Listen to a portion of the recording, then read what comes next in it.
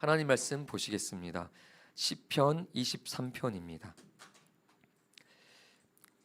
시편 23편 1절에서 6절까지입니다.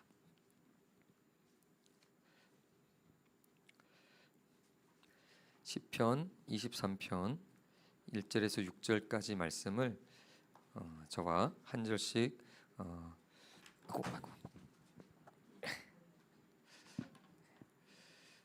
저와 한 절씩 교독하도록 하겠습니다. 여호와는 나의 목자시니 내게 부족함이 없으리로다. 푸른 풀밭에 누이시며 쉴 만한 물가로 인도하시는도다. 내 영혼을 소생시키시고 자기 이름을 위하여 의의 길로 인도하시는도다. 다닐지라도 해를 두려워하지 않을 것은 주께서 나와 함께 하심이라. 주의 지팡이와 막대기가 나를 안위하시나이다. 주께서 내 원수의 목전에서 내게 상을 차려주시고 기름을 내 머리에 부으셨으니 내 잔이 넘치나이다. 내 평생의 선하심과 인자하심이 반드시 나를 따르리니 내가 여호와의 집에 영원히 살리로다. 아멘. 양의 노래를 불러라 라는 제목으로 하나님 말씀 함께 나누겠습니다. 우리 옆 사람과 같이 인사하도록 하겠습니다. 사랑하고 축복합니다. 네, 사랑하고 축복합니다. 네. 요즘은 수많은 노래 홍수 속에 사는 시대가 아닌가 싶습니다. 아마 우리 중에도 소위 18번이라고 하는 그런 각자만의 애창하는 노래가 있을 텐데요. 제가 예전에 결혼 전에 상당히 좋아하는 곡인데 부를 수 없었던 곡이 한 곡 있었습니다. 어떤 곡이었냐면 젖은 손이 애처로워 살며시, 이 곡을 너무 불러보고 싶었습니다.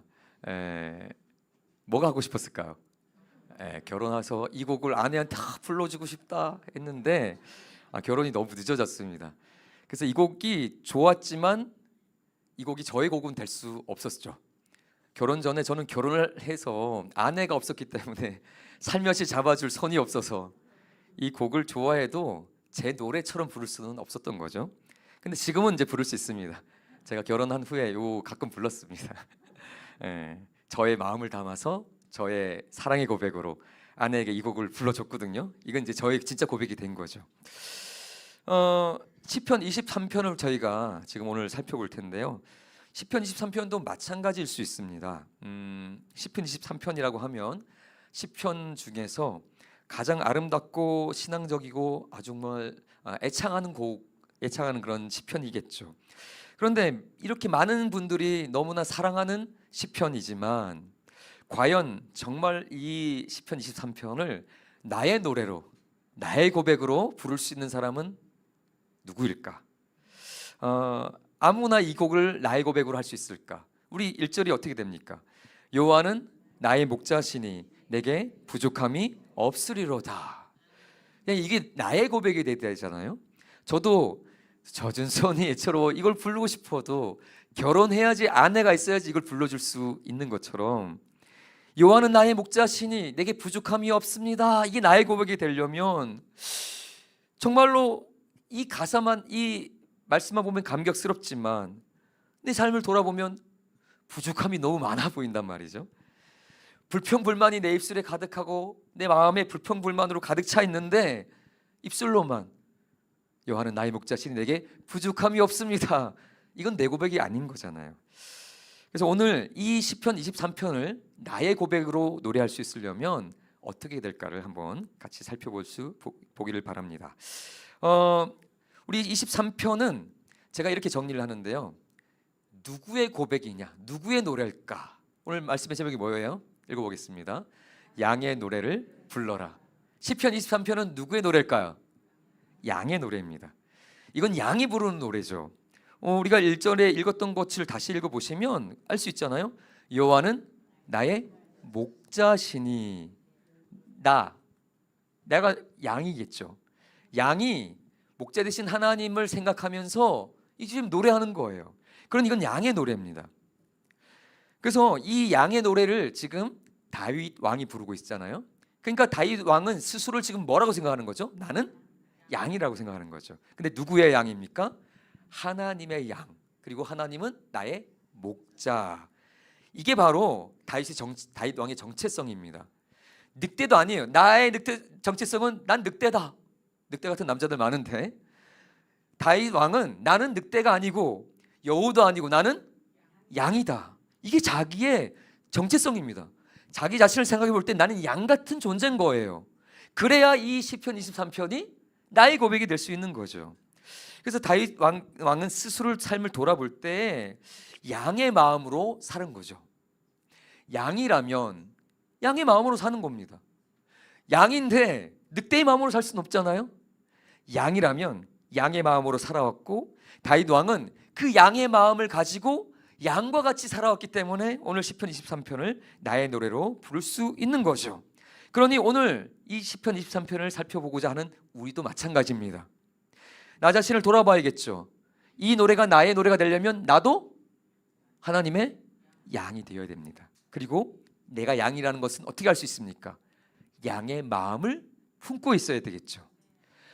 예수님께서 요한복음에서 양의 모습을 하고 있지만 그 속에 이리, 양의 탈을 쓴 이리가 있다 했거든요. 그래서 모습만이 양이 아니라 뭐가? 마음이, 양의 마음을 품은 자.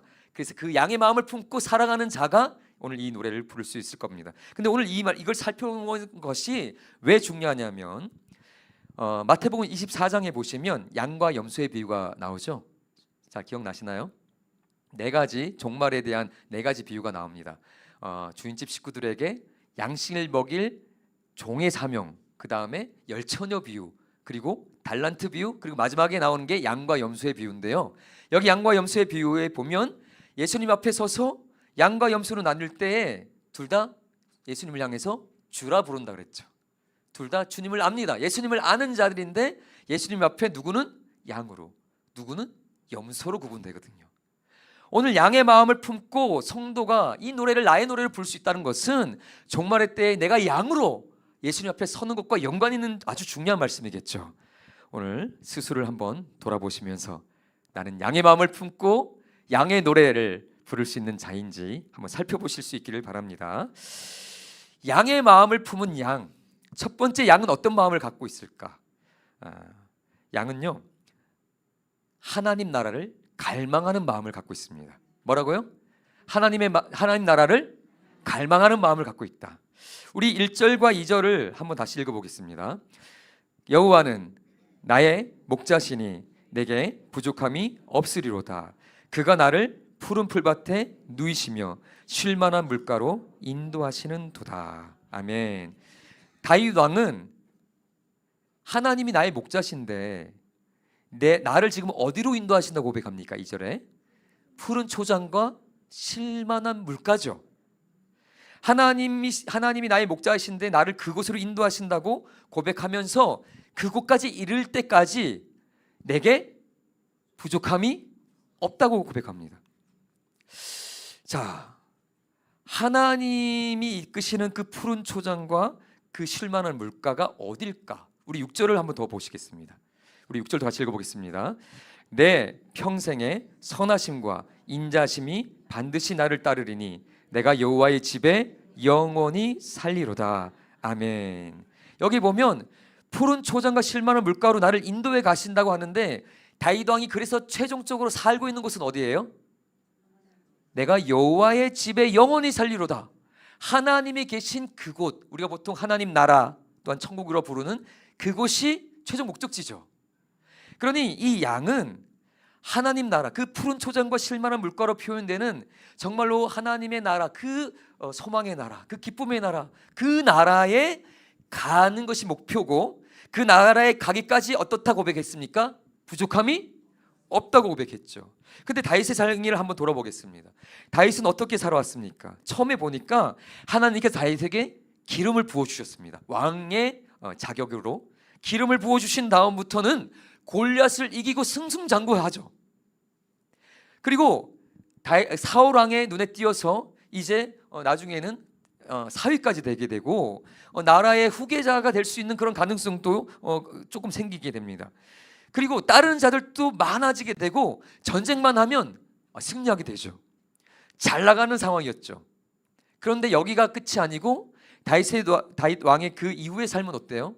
잘 나가다가 갑자기 어느 때부터 사울 왕이 자기를 시기하고 죽이려 들죠. 그리고 주변 사람들은 다 떠납니다. 그리고 도망 다니면서 심지어는 살기 위해서 남의 나라, 다른 나라 왕 앞에서 미친 척을 했죠. 이게요, 사람이 잘 나가다가 이게 한순간에 꼬꾸라지면 아주 큰 실망과 낙담을 하게 되죠. 왜냐하면 잘 나갈 때 이 성공의 맛, 대접받는 맛을 알았는데 이제 거기서 떨어지면 사람들이 다 무시하고 외면하잖아요. 그게 사실 견디기 힘들다고 합니다.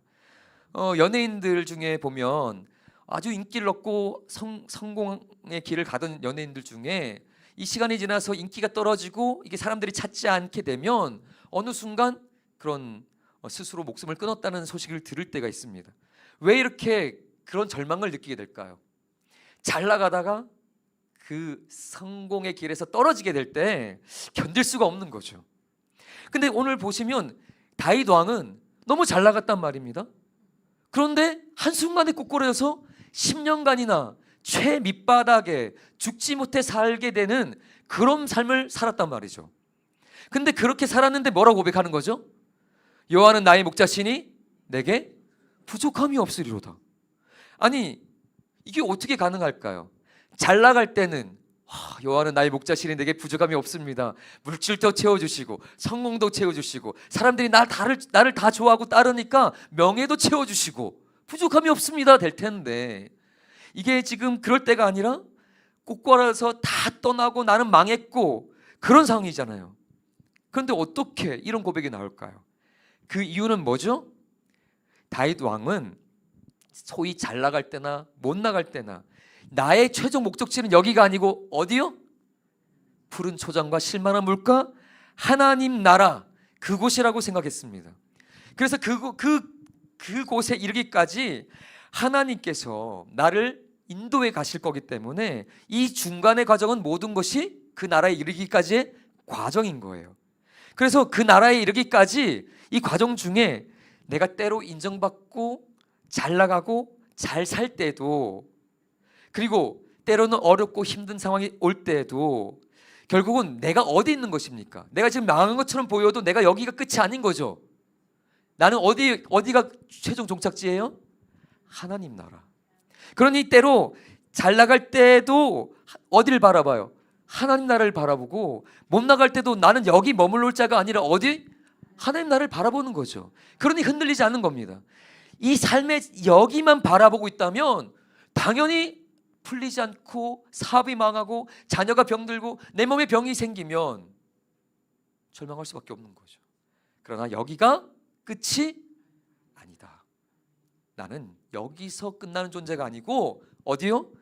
영원한 하나님 나라에 나를 인도해 가신다. 그 믿음이 다윗 왕에게는 있었던 거죠. 그러니 이 땅에서의 성공과 실패가 다윗 왕을 좌지우지할 수 없었습니다. 이것이 하나님을 목자로 삶은 양의 마음의 상태인 겁니다. 성도들도 마찬가지인 거죠. 우리도 하나님을 목자로 둔 양이라면 이런 마음으로 살아야 될 것입니다. 우리가 하나님을 믿은 결과는 어딘 거예요? 이 땅에서 잘 먹고 잘 사는 것이 목적지일까요? 아니잖아요. 우리의 목적지는 하나님 나라입니다. 그 나라에 들어가는 것이 우리의 목적이죠. 근데 그 나라를 소망한다고 하면서 삶의 순간순간 상황에 따라 일희일비하면서 잘 풀 때는 너무 행복하고 이 찬양이 저절로 나오다가 뭔가 문제가 생기고 내가 계획하던 것이 안 됐을 때는 금방 실망하고 좌절해서 내게 부족함이 많습니다. 하나님, 나 너무 부족한 게 많고 왜 이렇게 나는 되는 일이 없나요? 라고 노래한다면 나는 양의 마음을 아직 갖지 못한 것일 수 있겠습니다. 우리 이 시간에 우리 자신을 한번 돌아볼 필요가 있겠습니다. 우리의 목적지는 어디입니까? 우리는 어디를 갈망합니까? 우리는 어떤 마음으로 살고 있죠? 하나님 나라, 그 나라를 마음에 품고 살아야 될 줄 믿습니다. 그래서 이 땅의 삶에서 너무 일희일비하지 마시고 우리 모든 것 하나님께서 부족함 없이 나를 채우신다는 것은 지금 이 땅의 현실 가운데 부족함이 없이 다 성공하고 다 채운다는 의미가 아니라 결국은 어떤 의미일까요? 내게 부족함이 없다는 소리는 지금 이 순간에 부족함이 없이 모든 물질, 돈, 건강을 채운다는 의미가 아니라 어떤 의미냐면 하나님 나라 최종 목적지인 쉴만한 물과 푸른 초장에 이르기까지 부족함이 없이 나를 인도해 가신다는 얘기죠. 그 나라에 이르기까지 순간순간 내가 힘이 없을 때는 다시 나를 이렇게 세워서 그 나라에 갈 수 있도록 나를 도우실 것이고, 내가 때론 마음이 낙심했을 때 그 하나님께서 이 낙심한 마음으로 이 믿음의 길을 갈 수 없잖아요. 하나님께서 나의 마음을 위로해 주시고 다시 힘을 주셔서 그 하나님 나라를 바라보며 걸어갈 수 있게 그렇게 부족함이 없이 채우시다는 거죠. 그러니 우리가 하나님 나라를 바라본다면 그 부족함 없이 채우시는 하나님을 경험하게 될 줄 믿습니다. 예수님께서는 마태복음 6장 25절에 너희는 무엇을 먹을까, 무엇을 마실까, 무엇을 입을까 걱정하지 말라라고 말씀하셨죠. 그리고 마태복음 6장 33절 먼저 그의 나라와 그의 의를 구하라 그리하면 이 모든 것을 너희에게 더하시리라. 아멘. 하나님 나라를 소망하며 그 나라를 품고 가는 양들의 삶에는 하나님께서 때를 따라 돕는 은혜로 부족함 없이 채우실 줄 믿습니다. 우리가 그 나라를 바라보고 갈 때 우리 마음에 우리 입술로부터 1절 뭐라고 다시 한번 고백하겠습니다. 여호와는 나의 목자시니 내게 부족함이 없으리로다. 아멘. 이것이 우리의 고백이 될 줄 믿습니다. 그런데요, 제가 어릴 때 정선에 살았다 그랬잖아요. 고등학교 때 이제 강릉으로 이사를 나와서 중학교 때까지는 정선 시골에 살았거든요. 그때 아버지께서 부업으로 양이 아니라 염소를 키우셨습니다. 염소를 한 열 몇 마리 정도 키우셨습니다. 근데 아버지께서 워낙 이것저것을 많이 이렇게 다니시고 그랬기 때문에 제가 초등학생 때 제가 등교하기 전에 해야 되는 일이 그 양 우리에 가가지고 양 밥 먹이고 풀 먹이고 이제 등교하는 거가 제가 일이었습니다. 근데 그때 아버지께서 저에게 염소에 대한 얘기를 많이 알려주셨거든요. 염소를 직접 키우셨기 때문에 저는 염소가 그렇구나, 아버지를 통해서 좀 많은 것을 듣게 됐습니다. 근데 그때 아버지께서 알려주신 것 중에 하나가 이겁니다. 염소는요 욕심이 엄청 많다고 해요. 그 얘가 뭐냐면 제 아버지께서 가르쳐 주신 얘가 이겁니다. 양은 풀을 뜯다가 배부르면 더 이상 안 뜯고 먹고 이렇게 쉰대요. 양은 그것으로 족한 거죠. 자기가 배만 차면 그것으로 족한데요. 제 아버지께서 염소를 키워보니까 어떠냐면 막 풀을 아주 뜯어 먹습니다. 막 열심히 막 뜯어 먹다가 옆에 다른 염소가 막 풀을 뜯잖아요. 막 뜯다가 옆에 염소를 보고 그게 자기 집 풀이 있는데 옆에 염소 풀을 시샘해서 그 풀을 머리를 들고 그 풀 뜯던 애를 쫓아내고 지가 그 풀을 먹는, 같은 풀인데요. 풀이 있는데요. 이게 염소라고 그랬습니다. 자기가 먹는 것으로 만족하지 않는 거죠. 하나님께서 그 영원한 나라로 우리가 이끄시기까지 하나님은 때를 따라 돕는 은혜를 통하여 우리를 부족함 없이 채워가시고 우리의 입술로부터는 정말로 하나님 만족스럽습니다. 세상 눈으로 볼 때는 부정이 많겠죠. 세상의 관점에서는. 그런데 우리가 영원한 하나님 나라 이르기까지 하나님은 여러 가지 방법으로 우리의 필요를 채우시고 우리는 세상적인 관점이 아니라 그 믿음의 관점에서 하나님이 나의 삶을 부족함 없이 채우십니다라고 고백할 수 있는데요. 염소는 그런 고백을 못한다는 것입니다. 염소는 있어도요 갖고 있는데도 부족하대요. 갖고 있고 다른 사람보다 더 많이 갖고 통장에도 넉넉해요. 통장에도 노후 생활 할 만큼 넉넉해요. 그런데도 부족하대요. 그래서 조금이라도 뭔가 더 갖기 위해서 시간과 물질을 거기 씁니다. 그리고 다른 사람, 더 많이 가진 사람, 더 있어 보이는 사람을 시샘하죠. 좋겠다. 이런 마음은 양의 마음이 아닌 겁니다. 양의 마음은 주님 주시는 그것으로 부족함이 없습니다. 만족하는 마음일 줄 믿습니다. 두 번째로 살펴볼 양의 마음, 그것은 우리 3절을 보면 알 수 있는데 우리 3절 한번 같이 읽어보도록 하겠습니다. 내 영혼을 소생시키시고 자기 이름을 위하여 의의 길로 인도하시는 도다. 아멘. 우리 두 번째 살펴볼 양의 마음은 뭐냐면 의의 길을 사모합니다. 다시요, 한번 같이 따라 보겠습니다. 의의 길을 사모한다. 양은 오늘 여기 다윗 왕께서 고백하는 그 양의 모습은 이렇게 얘기했죠. 하나님이 나의 목자시기 때문에 나를 푸른 초장과 쉴만한 물가, 그게 결국 6절에서 보시는 하나님 나라란 말입니다. 그 영원한 하나님 나라를 향하여 이제 한 걸음 한 걸음 나가는 거죠. 이 과정을 통하여. 그런데 다윗 왕이 자기 인생 여정을 쫙 가만히 봤더니 그 하나님께서 목적하시는 그 푸른 초장과 쉴만한 물과 하나님 나라에 이르기까지 자기를 인도해 가신다고 했잖아요. 여호와는 나의 목자시니 나를 인도해 간다. 그 인도해 가는 길이 뭐라는 거예요? 의의 길이라는 것입니다. 이것이 상당히 중요한데요. 먼저 의의 길로 인도하신다고 했는데 그 의의 길로 인도하시기 전에 뭐부터 한다 그랬죠? 내 영혼을 소생시키시고 그리고 자기 이름을 위하여 나를 의의 길로 인도하신다, 이렇게 고백했죠. 여기서 소생시킨다라는 얘기가 다시 살아난다, 회복시킨다 이런 뜻이 있는데요. 이 다윗 왕이 자기 삶을 이제 그 푸른 초장과 쉴만한 물가로 인도해 가시는 하나님의 인도를 가만히 보니까 이 자기를 소생시키는 것을 경험했습니다. 지금 다윗 왕이 잘 나가다가 꼬꾸라졌잖아요. 10년간이나 도망다니고 광야에서 피해 다니면서 살기 위해서 정말로 너무 비참한 삶을 살았는데요. 소망을 잃을 수 있는 상황이었잖아요. 근데 그 소망을 잃을 수 있는 상황에서 하나님이 자기에게 어떤 일을 행하시나 봤더니 자기의 그 소망 잃은 마음을 회복시키시고 다시 일어설 수 있게 하시는, 그래서 망한 자, 절망할 수밖에 없는 자의 그 영혼을 소생시키는 것을 스스로 경험한 거죠. 누가 봐도 저 인간은 이제 끝났다라고 할 때, 아니 난 아직 소망이 있는데, 이게 자기 힘으로 소망을 갖게 된 것이 아니라 하나님을 따라갔더니 그 절망적인 상황에서도 하나님이 내 영혼을 소생시켜 주셨다라는 고백이죠. 이것이 상당히 우리에게는 의미 있는 고백이 됩니다. 우리도 살아가면서 하나님의 인도를 따라가고 신앙 여정을 갈 때 낙심하는 일이 있을까요, 없을까요? 있죠. 여러 가지 것들로 이 주님의 하나님 나라를 목표로 한 걸음 한 걸음 걸어 나갈 때 때론 잘 될 때도 있습니다. 계획한 대로 잘 풀릴 때도 있겠죠. 그런데 상당 부분은 우리 뜻과 계획대로 안 될 때도 많고, 남들 보기에는 무슨 신앙생활 저렇게 열심히 했는데 저렇게 안 될까 할 수 있는 상황이 올 수도 있습니다. 그러나 하나님의 인도함을 잘 따라가면 그 절망적인 상황에서도 하나님께서 무슨 일을 행하시죠? 우리를 소생시켜 주십니다. 우리를 회복시켜 주십니다. 그것을 믿는 것이 양입니다. 그래서 하나님께서 반드시 나를 소생시켜 주신다, 이 믿음의 고백으로 한 걸음 한 걸음 주님을 따라가는 것이 양입니다. 그런데 이렇게 나를 소생시키시고 나를 다시 일으켜 세임 주시는 하나님을 잘 따라갔더니 그분이 나를 인도하시는 길이 어딘 거예요?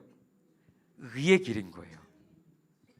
나를 힘 잃은 나, 소망 잃은 나, 절망한 나 이거밖에 안 되는구나 이렇게 자포자기했던 나를 다시 이렇게 세워서 힘을 주셔서 걷게 하는 길이 의의 길인데, 이것이 상당히 우리에게는 부담되는 말씀입니다. 무슨 얘기인지 보세요. 다윗 왕이 그 고단 속에서 절망 속에서 막 다녔잖아요.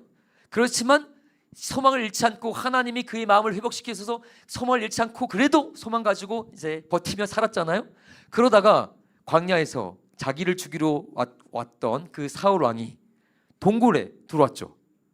그때 그 다윗 왕과 부하들이 그 동굴에 숨어 있는데 호련단신 그 볼일 보러 왔으니까 혼자 그 볼일 보러 왔는데 누가 봐도 한순간에 역전시킬 수 있는 절호의 기회.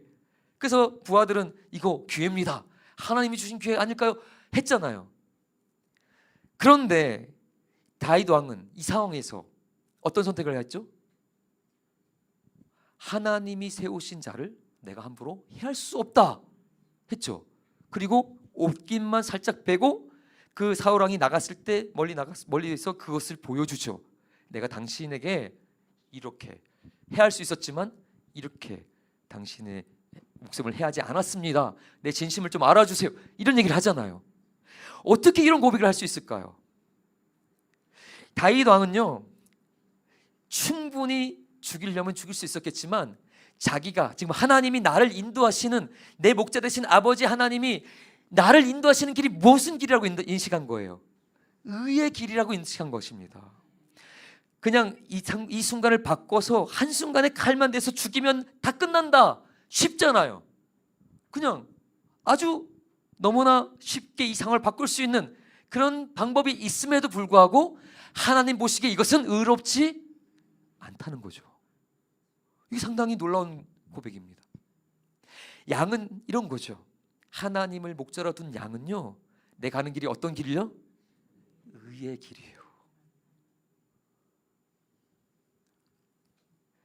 편법, 불법, 조금만 이렇게 눈 감으면 될 수 있는 길 안 가는 거죠. 왜요? 나는 하나님의 양이니까. 나는 하나님이 의의 길로 인도하시는 자이니까요. 결국 우리가 들어갈 그곳은 어디입니까? 하나님 나라잖아요. 근데 그 하나님 나라는 누가 들어간다 그랬습니까? 의인이 들어가는 곳이라고 했습니다. 그 의인이 들어가는 곳인데 내가 그 의를 사모하는 자, 그 의로운 하나님 나라를 소망하는 자이면서 그가 걷는 길은 당연히 의의 길이었겠죠. 이 다윗 왕은 그 하나님 나라, 그 하나님이 이끄시는 길을 가고자 하는 소망이 있었기에 아무 길이나 가지 않고 편법과 불법의 길을 선택하지 않고 철저히 하나하나 이것이 하나님 보시기에 의로운지 하나님이 기뻐하시는 길인지를 살피며 걸어갔다는 거죠. 이것은 쉽지 않은 길이지만 그가 하나님의 양이기 때문에 그런 선택을 했던 것입니다. 성도도 마찬가지인 거죠. 우리도 그 하나님 나라, 그 의의 나라를 들어가기를 사모하는 하나님의 양들입니다. 그렇다면 우리가 가야 할 길도 어디죠? 의의 길인 것입니다. 우리는 의의 길을 걸어가야 됩니다. 근데 우리에게 주신 열린 의의 길은 어떤 길일까요? 너무나 명확하죠. 로마서 3장 21절 같이 읽어보도록 하겠습니다. 이제는 율법 외에 하나님의 한 의가 나타났으니 율법과 선지자에게 증거를 받은 것이라. 한 의가 나타났는데 의가 뭐죠? 요한복음 14장 6절도 같이 읽어보겠습니다. 내가 곧 길이요 진리요 생명이니 나로 말미암지 않고는 아버지께로 올 자가 없느니라. 아멘. 로마서 3장 21절에서 말하는 하나님의 의는 예수 그리스도를 의미하며 그 예수 그리스도께서 스스로 뭐라고 고백했죠? 내가 곧 길이요. 네. 내가 곧 길이요. 아버지 하나님 나라에 이르기까지, 그 의의 나라에 이르기까지 필요한 의, 그 의가 예수 그리스도이고 그 예수 그리스도라는 의를 붙잡고 걸어야 될 그 길도 예수 그리스도의 길인 거죠. 그러니 하나님의 그 백성으로서, 양으로서 그 하나님 나라, 의의 나라를 꿈꾼다면 하나님의 의이신 예수 그리스도를 믿음으로 붙잡고 우리의 걸음걸음을 어떻게 해요? 예수 그리스도가 걸어가신 그 의의 길을 따라 우리도 걸어가야 되는 것입니다. 근데 이 길을 걷는 것이 쉬울까요? 아닙니다. 어려운 거죠. 왜요? 의의 길을 마태복음 5장 보면 산상수훈의 의에 대해서 뭐라고 표현했냐면 의를 위하여 박해를 받는 자는 복이 있나니 천국이 그들의 것이며. 의에는 박해가 따라옵니다. 의의 길을 걷는다. 결국 이거는 고난의 길을 걷게 될 것이라는 것도 각오해야 되는 겁니다. 그러니 쉽지 않은 거죠. 그런데 양은 그 길을 간다는 것입니다. 왜요? 하나님이 하나님의 백성답게, 하늘의 백성답게, 의의 나라의 백성답게 우리를 변화시키시고 세워가기 위해서 우리를 아무 길이나 죄의 길이나 악의 길이 아니라 의의 길로 하나님이 인도해 가시기에 우리가 하나님의 양이라면 우리는 반드시 의의 길을 갈 것이고 나는 의의 길을 갈 거라고 결단해야겠죠. 그것이 양의 마음인 것입니다. 그런데요, 염소는 그렇지 않습니다.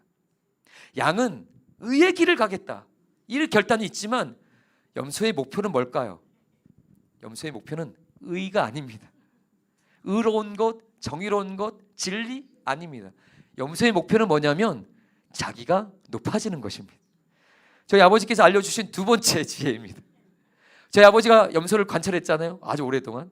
지금도 꿈은 염소 목장 하시는 건데요, 그 염소에 대해서 이런 얘기를 해주셨습니다. 염소가 뭘 좋아하는지 아냐? 글쎄요, 염소는 내가 관찰을 계속 해보니까 희한한 동물이다. 염소가 평평하지 않아요? 땅이 평평한데 평평하다가 조금 이렇게 올라온 땅이 있을 수 있잖아요. 살짝 이렇게 올라온 땅이 있을 수 있잖아요. 그러면 여지없이 그 조금 올라온 데 가서 이렇게 탁 가서 이렇게 서 있다고 합니다. 이렇게 쫙 높지도 않아요. 조금 높아요. 여기가 본능인 거예요. 염소는 하나님이 기뻐하시는 거 겸손 없습니다. 오로지 나를 어떻게 높일 수 있을까? 내 영향력을 어떻게, 내가 원하는 바를 어떻게 관철시키며 내가 꿈꾸는 것을 어떻게 이룰 수 있을까? 오로지 나를 높이고 내 생각, 내 감정, 기분, 내 판단, 그것이 최고인 것입니다. 그래서 남들보다 우월한 지위, 우월한 목소리, 우월한 힘 갖는 것이 최고이죠. 이건 양의 마음이 아니라 염소의 모습인 겁니다. 그리고 염소는요, 이렇게 교만하기 때문에 주인을 존중할까요? 안 존중할까요? 존중하지 않습니다. 저 염소 풀먹이다가 부딪힌 적이 한두 번이 아닙니다. 제가 맨날 풀먹이는 주인인데 이게 조금만 그거 하면 갑자기 와서 들이받아요. 염소 너무 못됐어요. 주인도 신뢰하지 않고 지 멋대로, 지 기분 감정대로 하죠. 우리가 양이라면 양의 마음을 품어야 될 것입니다. 그 양의 마음은 나를 높이고 나를 내세우고 내 뜻대로, 내 생각대로 가는 것이 아니라 주인, 내 목자 되신 하나님의 뜻대로 인도함을 받고 따라가는 것일 텐데, 그 하나님이 인도하시는 길이 어디라고요? 의의 길요. 이 땅에서 잘 먹고 잘 살고 형통하고 승리하고 복되고 성공하는 길이 아니라 고난이 있을 수 있는 의의 길이라고요. 그 의의 길은 쉽지 않은 길이겠지만 그 하나님 나라, 의의 나라를 소망하신다면 그 의의 길을 걸을 각오를 하시고 주님을 따라 그 순종의 길을 끝까지 걸어가시기를 예수님 이름으로 축복합니다. 아멘. 우리 마지막 세 번째 양의 마음을 살펴보도록 하겠습니다. 우리 4절 같이 한번 읽어보도록, 4절과 5절 같이 읽어보도록 하겠습니다. 내가 사망의 음침한 골짜기로 다닐지라도 해를 두려워하지 않을 것은 주께서 나와 함께 하심이라. 주의 지팡이가 막대기가 나를 안위하시나이다. 우리 4절까지만 읽겠습니다. 우리 4절에 양의 세 번째 마음이 나오는데요, 양이 이제 하나님, 목자 되신 하나님의 인도를 따라 막 열심히 걷잖아요. 그래서 의의 길을 건너다 했잖아요. 그 의의 길을 열심히 걸었더니 나오는 게 지금 뭐예요? 사망의 음침한 골짜기로 나를 데리고 온 거예요.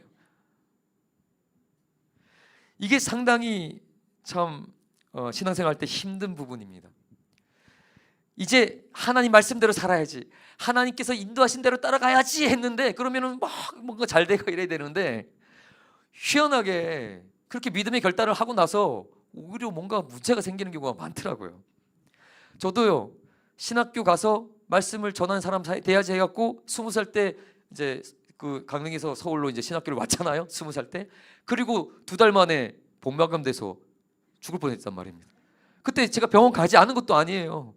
자발 이 맹장 터지기 전에 갔어요. 세브란스 병원에, 그 최고 좋다는 병원에. 근데도 의사 선생님이 오진했어요.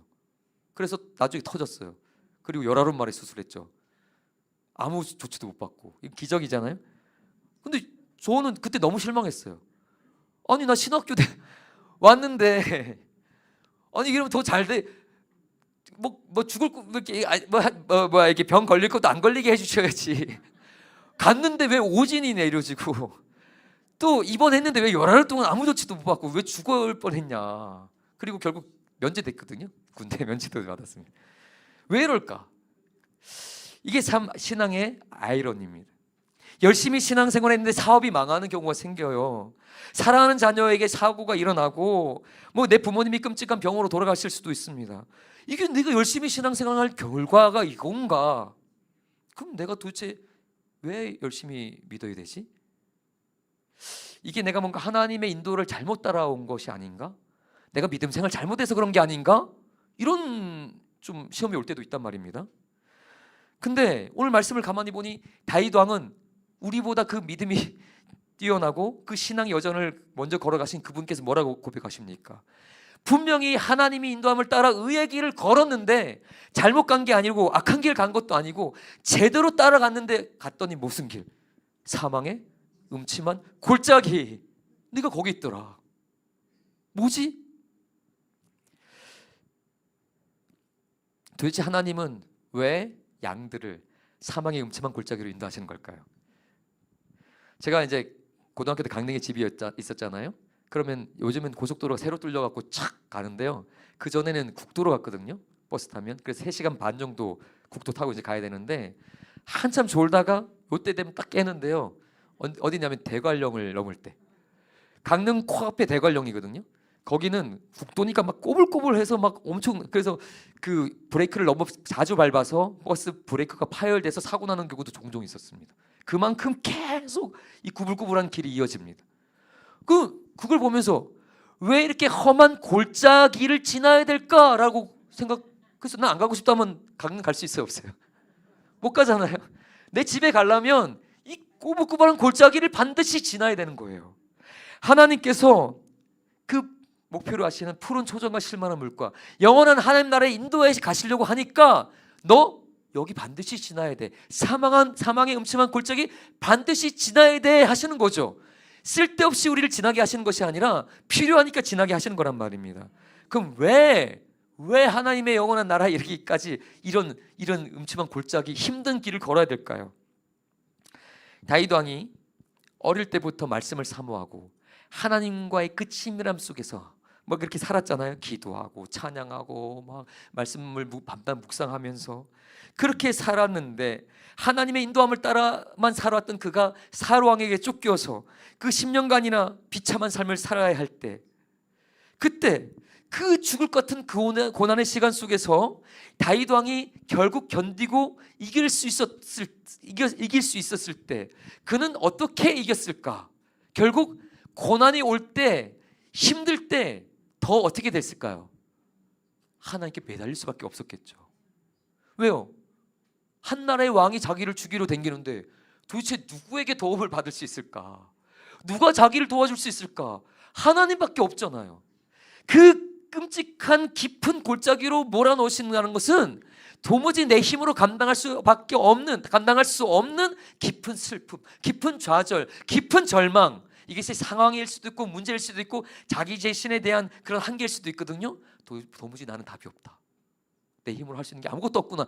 그런 절망 속으로 나를 밀어 넣으신다는 건데요. 왜? 그때 누구를 붙잡게 되는 거예요? 하나님을 붙잡게 되는 거죠. 하나님, 나 도무지 할 수 없습니다. 이 상황 속에서 아버지밖에 나를 위로할 자가 없고 나를 도와줄 자가 없는데 나는 내 인생을 포기하고 싶지 않습니다. 이대로 죽고 싶지 않습니다. 사망의 음침한 이대로 여기서 죽고 싶지 않습니다. 하나님, 이 죽음의 골짜기에서 나를 살려주십시오. 하나님만 의지하게 되는 것입니다. 그래서 양이 있잖아요. 양이 길을 가는데 양은 어떤 존재예요? 양은 완전 무력한 존재잖아요. 그렇게 배우잖아요. 우리 설교 때도 많이 듣죠? 양은 전투력이 없어요.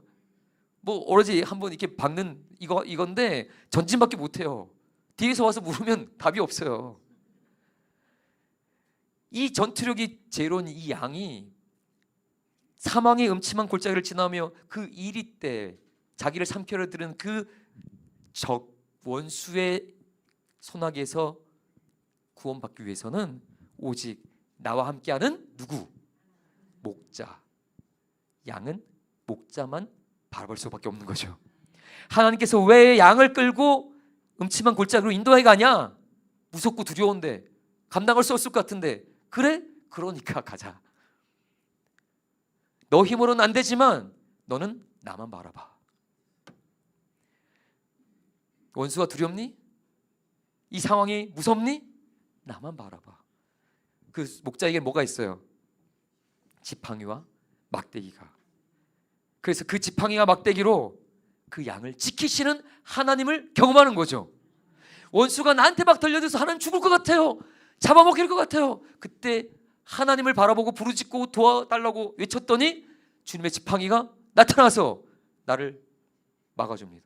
원수를 향하여 그 막대기를 휘두르십니다. 하나님께서 그 모세를 통하여 그 지팡이, 하나님의 막대기가 얼마나 강력한지 보여주셨잖아요. 하나님이 주신 그 지팡이로 홍해를 갈랐습니다. 반석에서 샘물이 솟아나게 됐죠. 이게 하나님의 지팡이의 능력이잖아요. 이것을 통해서 하나님이 함께 하실 때 그 지팡이가 얼마나 강력한지, 그 하나님의 지팡이를 의지하여 양이 그 사망의 음침한 골짜기를 걸으면서 심지어는 뭘 할 수 있습니까? 원수의 목전에서 유유하게 밥상을 차리고 밥을 먹을 수 있는 그 평안함을 경험할 수 있는 것입니다. 이 모든 것은 목자 되신 하나님과의 그 친밀함을 누리게 되기 때문인 거죠. 그리고 여기 뒤에 보시면 우리 5절도 같이 한번 읽어보도록 하겠습니다. 시작. 주께서 내 원수의 목전에서 내게 상을 차려주시고 기름을 내 머리에 부으셨으니 내 잔이 넘치나이다. 아멘. 그래서 이 사망의 음침한 골짜기에서 그 하나님을 더 바라보고 붙잡으며 그분과의 그 친밀함, 목자가 나를 얼마나 사랑하고 목자를 얼마나 신뢰할 만하며 목자가 얼마나 강력한지, 얼마나 의지할 분이 되시는지를 경험해 가면서 목자를 더욱더 따라가게 되는 거죠. 목자 옆에 쫙 붙어서, 그러면서 목자가 베풀어 주시는 그 밥상을 먹으며, 또 목자가 뭘 발라줘요? 기름을 발라준다고 했습니다. 팔레스틴 지역에서 기름, 이제 목자가 사랑하는 양한테 이 기름을 발라줬다고 합니다. 물론 이거에 대한 주석은 여러 가지가 있지만 양에게 직접 목자가 하는 행동 중에도 이게 있거든요. 기름을 발라주면 무슨 일이 있냐면 이게 약간 향료 같은 거라서 날파리가 양에게 접근을 못한다고 합니다. 그 소 같은 경우는 꼬리강지가 길어서 탁탁 이렇게 할 수 있는데, 자기 스스로 쫓을 수 있는데 양은 꼬라지가 작잖아요. 그러니까 스스로 막 파리를 쫓기 어렵습니다. 근데 양이 기름을 발라주면 요게 이 곤충들을, 해충들을 쫓아주는 효과가 있다고 합니다. 아주 세심한, 사랑하는 양을 세심하게 돌보는 것을 상징합니다. 그만큼 목자가 이 사랑하는 양을 돌봐준다는 거죠. 그러니 우리는 이런 성도의 삶에서도 하나님의 이런 그 사망의 음침한 골짜기를 겪으면서 하나님과의 친밀함, 그 주님의 능력, 그래서 주님이 나를 얼마나 세심하게 돌보시고 지키시고 보호하시는지를 경험하면서 하나님과 더 가까워지는 거죠. 우리 성도의 삶이란 결국 신앙생활을 제대로 하면 할수록 결국 어떤 길이었죠? 의의 길을 걷게 되고, 의의 길은 무슨 길? 고난의 길이 있다 그랬잖아요. 근데 그 고난의 길이 아주 분명히 뭐라고 표현됐죠? 사망의 음침한 골짜기. 내가 신앙생활 제대로 하면 하나님이 나를 사망의 음침한 골짜기로 인도하시는구나. 내가 뭘 잘못해서가 아니라 하나님 믿고 잘 따라왔지만 하나님이 나를 이곳으로 인도하실 때가 있구나. 근데 뭐 하려고? 나만 바라봐, 나만 신뢰해, 내가 너를 세심하게 돌보고 사랑할 거야, 너를 지킬 거야. 그러면서 하나님과 더 깊어지고 가까워지는 그 기회로 삼으시기 위해서 나 그 길로 인도하신 줄 믿습니다. 바로 이 의의 길을 걸어가신 분이 예수 그리스도입니다. 예수님이 그 의의 길을 걸어가실 때 결국 그분은 십자가의 길을 걸어가셨거든요. 그 십자가 고난의 길을 겪으시고 걸어가시고 그 부활에 서서 승리를 경험하신 것처럼 우리도 성도라면 그 의의 길, 사망의 음침한 골짜기, 다른 말로는 십자가의 길을 겪게 될 것인데 그 십자가의 길을 잘 견뎌내시길 바랍니다. 양은 그 길을 걸어낼 수 있을 것입니다. 왜요? 목자가 계시니까요. 그런데 염소는요, 이런 각오를 하지 않습니다. 염소는 그 결국은 양은 그 십자가의 길을 걸어가며 그 묵묵하게 하나님만 바라보며 그 의의 길을 걸어가고 그 고난과 이런 속에서도 겸손하게 그 주님을 향한 사랑으로 걸어가는데, 염소는 결코 이런 것을 참지 않습니다. 제가 아버지에게 들은 얘기 중에 또 하나가 세 번째인데, 염소의 세 번째 특성입니다. 염소는 이렇게 염소는 가만히 있다가 옆에 이렇게 누가 지나가잖아요. 어떻게 할까요? 들이받습니다. 근데 들이받을 때 자기 아이를 새끼를 임신한 암컷이 지나가도 들이받는다고 합니다. 그래서 유산당한대요. 그래서 임신한 암컷을 그 염소 곁에, 수컷 옆에 지나가게 하면 안 된다고 해서 격리한다고 합니다. 왜 그럴까요? 염소가 아무나 들이받기 때문인 거죠. 염소는 결코 하나님께서 인도하시는 그 십자가의 길을 걸을 생각이 없고 자기의 마음과 뿔나는 상태 그대로 아무나 들이받으면서 자기 멋대의 길을 가는 거죠. 그러나 하나님의 양들은 그것이 고난의 길이라 할지라도 겸손하게 주님만 바라보며 예수님이 걸어가신 그 십자가의 길, 사랑의 길, 하나님을 향한 사랑과 성도를 향한 사랑의 길을 걸어간다는 것입니다.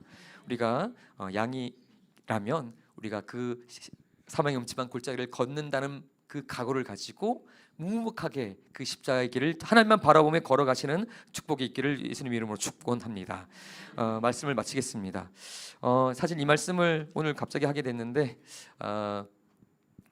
사실 양이 많은 말씀이라 제가 상당히 부담이 됐는데 오늘 좀 많이 길어졌지만 정말 저는 이 말씀을 상당히 중요하게 생각하고 저 자신을 돌아볼 때 많이 이 말씀을 묵상합니다.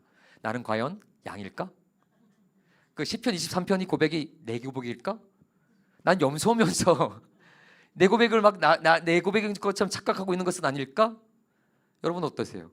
여러분들은 양이십니까? 하나님 나를 소망하며 이 땅에서의 먹고 사는 문제에 집착하면서 내가 양이라고 혹시 고백하고 착각하고 있는 것은 아닌가?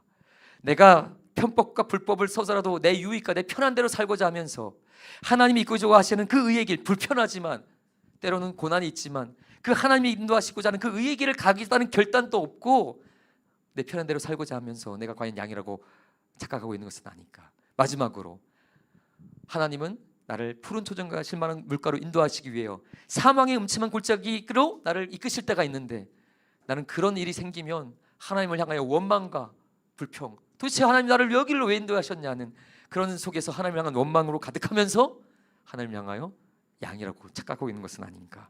우리 자신을 한번 돌아보시길 바랍니다. 그래서 하나님께서 기뻐하시는 양으로 그 주님의 나라에 이르기까지 그 의의 길을 끝까지 걸어가시는 성도님 되기를 예수님의 이름으로 축복하며 축복합니다. 우리 함께 기도하시겠습니다. 우리 함께 기도하시겠습니다. 자신을 돌아보면서 하나님, 내가 스스로를 돌아볼 때 나는 양이라고 착각한 것은 아닐까요? 하나님, 오늘 다윗 왕의 고백처럼 이 고백이 나의 고백이 될 수 있도록 겸손한 마음을 주시고 오직 하나님께서 인도하시는 길을 따라가겠다는 그 의의 길을 걷겠다는 그 믿음의 결단을 있게 하여 주시옵소서. 우리 함께 기도하며 나가겠습니다. 기도합니다. 하나님 아버지, 주님의 은혜를 사모합니다. 하나님께서 우리 가운데 함께 해주시고 우리의 하나님의 뜻이 이루어지게 하여 주시옵소서.